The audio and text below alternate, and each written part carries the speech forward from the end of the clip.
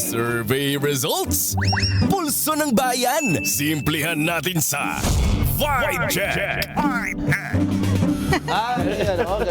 Gano'n. Uy, Dino, buti nakasama ka today. Bakit? Buti nagpapapasok ka na. Nagpapasok? Bakit? Bakit hindi na pinagay dito? Si Richard nga, di pa nagpapakita eh. Buti nakasama ka ngayong linggo. Isang linggo lang ako nag-absent ha. isang Nung linggo absent ako, pinaghahanap niyo ako. Ngayon pumasok ako, ayaw niyo ako. This is the sinip. At hindi parang balita ko nung absent ka, mataas yung ratings ha. Kaya nga, ang dami ng viewership. Nakita ko nga yun. Mas mataas yan ngayon. Hindi, tingnan kamusta natin. naman? Kasi parang honeymoon ata yung... Wow. 10 days. Siyempre, masaya naman. Nabundok kami. Nangitim daw ako, sabi kanina. May, nandun ba si Bato sa bundok? Daming bato. Kailangan ma-aresto na talaga yan. Wala natin tayo dyan. Sige, simulan na natin ang ating talakayan sa pagkilati sa trabaho ng Senado at Kamara. Sa ngayon, marami nang naipapasa sa ikalawang pagbasa ang Kamara kaugnay ng mga prioridad sa panukalang batas na kasama sa Legislative Executive Development Advisory Council or LEDAC. Tama ka, Cleve. Kabilang dito ang Anti-Fake News Bill, National Nutrition Program, Freedom of Information, Child Online Safety and Protection Act at maraming iba pa. Pero, Cheska, ang Senado, obvious ba? Nga. Pistula kasing pag-iwanan na ng Kamara ang Senado mula nang maupo sa pwesto si Senate President Alan Peter Cayetano. Ano ba ina-expect natin? Walang silbi. Mula noon, puro kontrobersya at bangayan na lang ang nangyayari sa Senado. Meron din namang Bible quote. Meron din namang Bible quote. Ano naman? Kaya nga, Dino, mas pinag-uusapan pa sa Senado ang panukalang amyendahan ng rules para payagan ang mga senador na makaboto at makiisa sa session sa pamamagitan ng video conferencing. Kay tatamad. Ibig sabihin, wala sa Senate floor. Handa pa nga si Senador Panfilo Lacson na dumulog sa Korte Suprema kung ipipilit ng mayorya ang panukala. Nako, tama ka dyan, Ina. Lalo pang maging abala ang Senado sakaling magsimula ng impeachment trial laban kay VP Sara Duterte. Sa inyong palagay, ano nga ba dapat ang gawin, ang dapat priority ng Senado? At lahat yan, game. Kamali ako basa sa prompter eh. Ang dami kong intrusive thoughts eh. Baka maban tayo bigla eh. No? Ano bang prioridad? Una, palitan si Alan Peter. Diba? Walang silbi. Diba walang silbi? Ang alam lang, mapolitika. Pinasok si Bato de la Rosa. Tapos biglang pinahamak niya si Bato de la Rosa. Pinapasok, akala niya siguro ganun-ganun na lang yon. Medyo kasing hubris eh. Ito si Alan Peter Cayetano. Tapos afterwards, ngayon, imbis na, ang sabi niya kasi, kaya kami nandito kasi kailangan naming ayusin yung mga batas. Parang kailangan nating atupagin ang maamayang Pilipino. Pero ang first order of business, imbis na i-constitute yung mga committee, palitan yung rules. Diba? Palitan yung rules para makapag-online voting to si Bato de la Rosa. Anong klase naman yun, di ba? Na-anticipate rin yata nila yung pag-issue ng warrant of arrest kay Jinggoy. At hindi lang si Jinggoy, di ba? Marami pang iba. So, first order of business, palitan si Alan Peter Cayetano kasi walang silbi, puro daldal, puro bungangero eh. Itong si Alan Peter Cayetano eh, no? Napaka-buangero, daldal ng daldal, magba-Bible quote verse, magpapakita ng Pokemon cards, pero alam naman natin, isang dakilang bolero.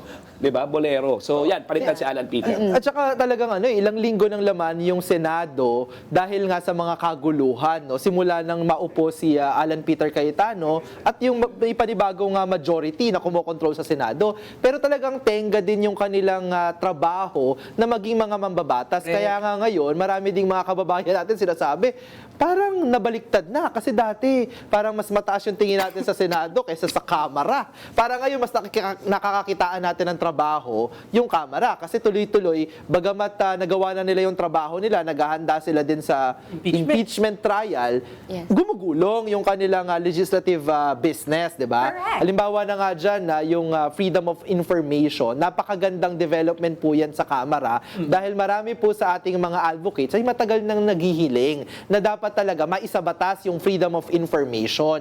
And in fact, no, yung nakabinbin ngayon sa House, pangalawang pagbasa na, pumasa na sa second reading sa House, no, yan yung version din na kung saan talagang maaaring magkaroon na tayo ng isang independent na Transparency Commission na pwedeng pumunta kahit sinong mamamayan, mga civil society groups natin, humingi ng impormasyon tungkol sa kontrata sa pamahalaan, tungkol sa mga pinapasok na mga contractor sa mga government projects, di mas mababawasan po yung nangyari na dati, yung flood control corruption scandal, di ba? So at least may nagagawa doon sa Kamara kaysa sa iyakan sa Senado. Kaya nga, at gusto ko ding idagdag, no, habang dumaan sa Justice Committee yung complaints laban kay VP Sara sa impeachment, at naipasa nila sa plenaryong impeachment, nakagawa pa sila ng legislation. Halimbawa, itong national nutrition natin, no, na kumbaga malaking kinalaman yan sa ating education crisis. Yes. Diba? Na ang mga first 1,000 days ng mga kabataan, pag hindi maayos ang nutrition, ay talagang permanent na ang stunting.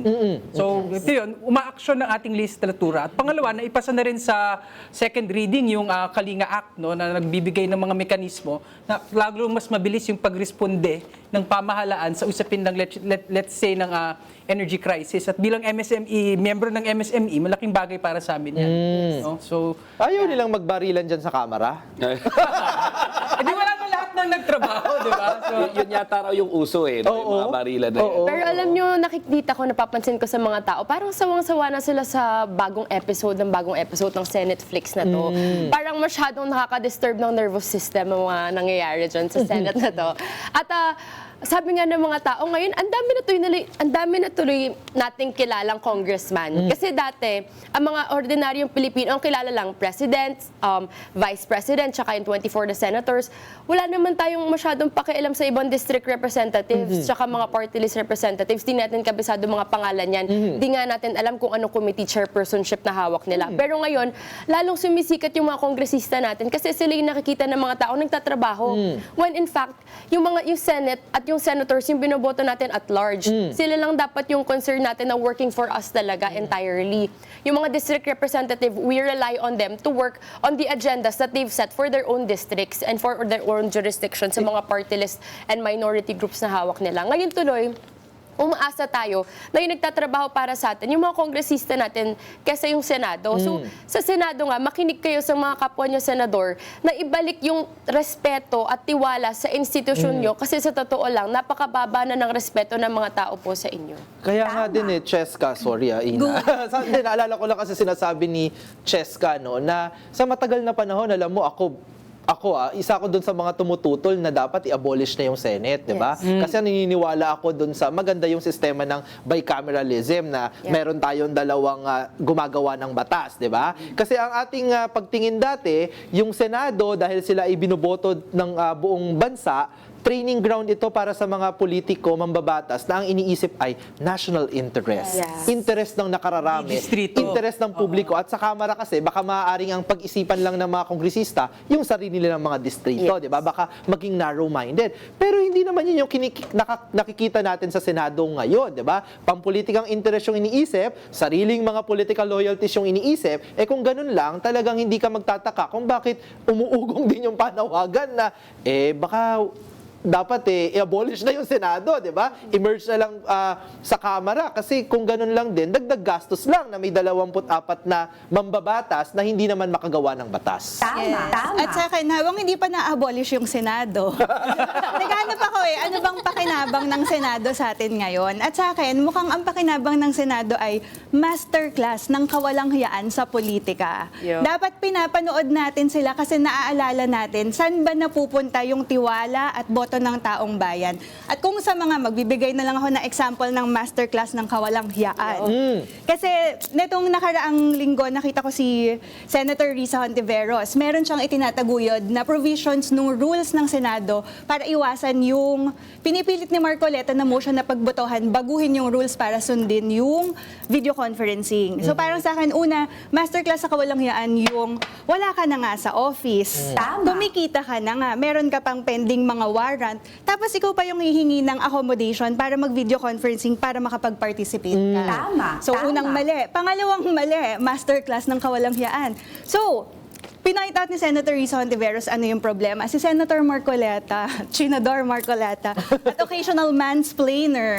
Ang ginawa niya ay magsabi na ito ang problema kung walang legal background ang mga kasama sa Senado. So para sa akin, sino bang may karapatan maupo sa Senado? Abogado lang ba? Si Robin Padilla daw kasi may legal background. Di ba? Di ba? Kaya nga may force majeure provision at siya nag-interpret, di ba? So yun pa, parang una, nilait mo na walang legal background. Tapos pangalawa, nung kinonfront siya ni Senator Risa Ontiveros, ang unang bawi ni Marcoleta ay, hindi naman ganyan ang ibig kong sabihin. So parang, gaslighting tayo ngayon. Hindi tayo nagiging makatotoo sa mga sinasabi natin. So masterclass ng kawalangyaan number 2, walang paninindigan. Pangatlo, hindi lang yun ang ginawa niya, sinisipan niya si Senator Risa na magsabi, hindi ka kasi nakikinig sa akin, nakikipag-usap ako sa'yo. Tapos ngayon ako ang ayaw mong pakinggan. So masterclass number 3, victim ako. Dito sa harap ng buong taong bayan. So parang ako, teka lang, kung ganito ang itsura ng politika, yes, ready na akong ma-abolish yung Senate, pero habang hindi pa ito na-abolish, panoorin natin kung ano yung itsura ng kawalangyaan na ibinibigay nila sa taong bayan at sinasabi nila, kami ang representante ng iba't ibang uri ng Pilipino sa buong bansa. Pero alam mo naman Teka, wag natin i-abolish. Paano naman si Dino? Diba? Paano Hindi naman naman? ta- Naisama ka naman ni Naisa na naman ako. Attorney Dino Telayo. Naisa na naman ako. Nakarating ko lang Ito may legal background. Pero alam mo, yan si Marcoleta, sinabi niya, wala ka namang wala ka namang legal background eh. Tapos si Robin Padilla, sabi nga, 'di ba, may force majeure. Tapos ang style ng mga Duterte yan, 'di ba, yung biglang pa-victim ka. Pa-victim ka. Sasagalit ka, i-call yung attention mo kasi puro kawalang hiyaan yung pinagagawa mo. Tapos pangalawa, ikaw pa ang galit. Pagkatapos, di ba, nakita mo yung exchange ni Risa Ontiveros, siya pa galit.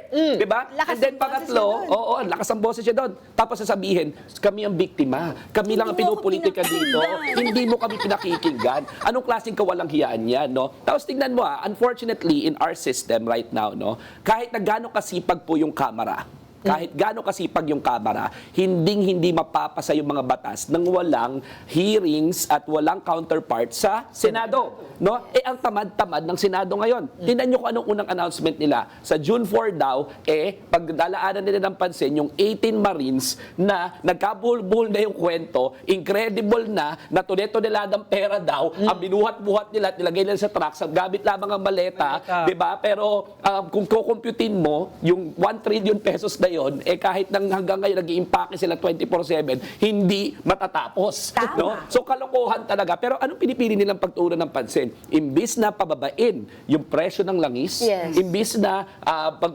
mag-make sure na merong mga pangkabuhayan, no? Merong mga trabaho ang sambayan ng Pilipino, maraming public spaces, no? Para sa bawat mamamayan, mas maharap natin yung mga pangailangan ng taong bayan, mamumulitika na naman at i-weaponize ang Blue Ribbon Committee. Ang kapal na mukha ng mga composition ng Blue Ribbon Committee, nung nakita ko yung Blue Ribbon Committee, para bang samahan ng mga sindikato. Diba? Bakit ka mo? Lahat ng mga makukulong, vice chair na dalawa. Ano ba kawalang hiyaan yan, no? So hindi po Blue Ribbon Committee yon. Ang tawag po doon, makakapal na muka na sindikato. Na sasabihin nila, sila na naman yung mag-iimbestiga. Pero ano yung moral ascendancy ninyo para mag-imbestiga kung kayo mismo ang dapat habulin ng batas at lahat kayo may mga kabantutan, kabahuan, at lahat kayo merong korupsyon, di ba? Aligasyon ng korupsyon. Makukulong pa nga yung Baka iba. naman dapat imbis na legal background ang hinahanap natin sa mga Criminal background. ang moral background din. Yes. Pero may suggestion ako, kung ganun lang pala yung Blue Ribbon Committee natin, isama na nila si Robin Padilla doon. Kasi hindi ako naniniwala pag sinasabing walang legal background si Robin Padilla. Siya may pinaka-legal background. He underwent the legal system. Executive clemency. Kaya ilagay na yan sa Blue Ribbon Committee. Ayan na, preview pa lang yan. First segment pa lang. Unang segment pa lang yan ha. Pero hindi naman si Attorney Dilo De Leon lang ang dadaldal dito. Marami po kayong makisali sa aming mga puntahan.